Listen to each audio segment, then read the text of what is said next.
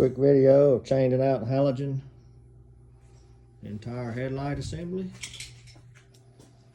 to LEDs. GMC or Chevrolet stock GMC bulbs. There's plenty of videos how to take the grill off. Pretty simple. I'll include a link to that going guy that I watched. Great video. But to take the headlight out, once you get the grill off, it's real easy. 10 millimeter, 10 millimeter, two 10 millimeters, 10 millimeter, 10 millimeter. Take all those out.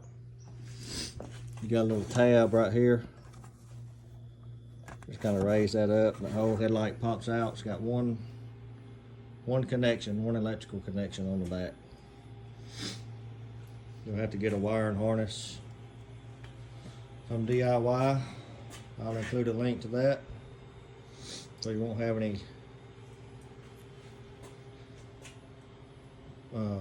warning bulb out signals in your dash.